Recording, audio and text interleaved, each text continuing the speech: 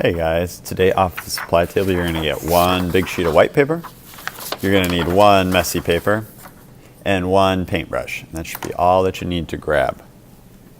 The very first thing I need to do with that white sheet of paper is I need to flip it over and I need to put my name on the back. Mr. Calvert. And then either one A, B, or C.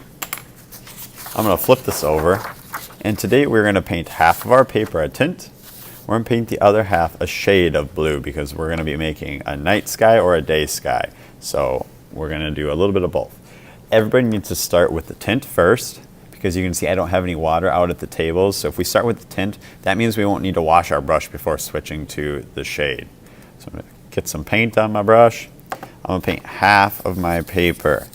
You're going to notice that I have folded the paper for you, so you know where that halfway line is. So I'm just going to paint right up to that fold using my brush really well. Remember that when we brush, we don't put our brush like this because that makes us want to scrub the paper. I like to keep my brush almost straight up and down when I paint.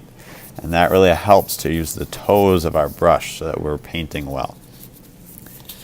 Make sure you got that messy paper on there so we're not getting all over the table. Going back and forth. After you finish painting one half of your paper a tint, you are going to work on the other side then, and now you can use that shade. Right? I'm just going to dip it right in. It's fine if I got a little bit of that light blue on it. I'll just mix it in. I can maybe put a little bit more on top of it just so it's not quite so light compared to the rest of the shades. Remember that a shade is a color mixed with black, so this is blue with a little bit of black in it. Once again, I'm filling up that other half of my paper. After you finish painting one half of your paper a tint, remember we're going to do the tint first, then painting the second half a shade.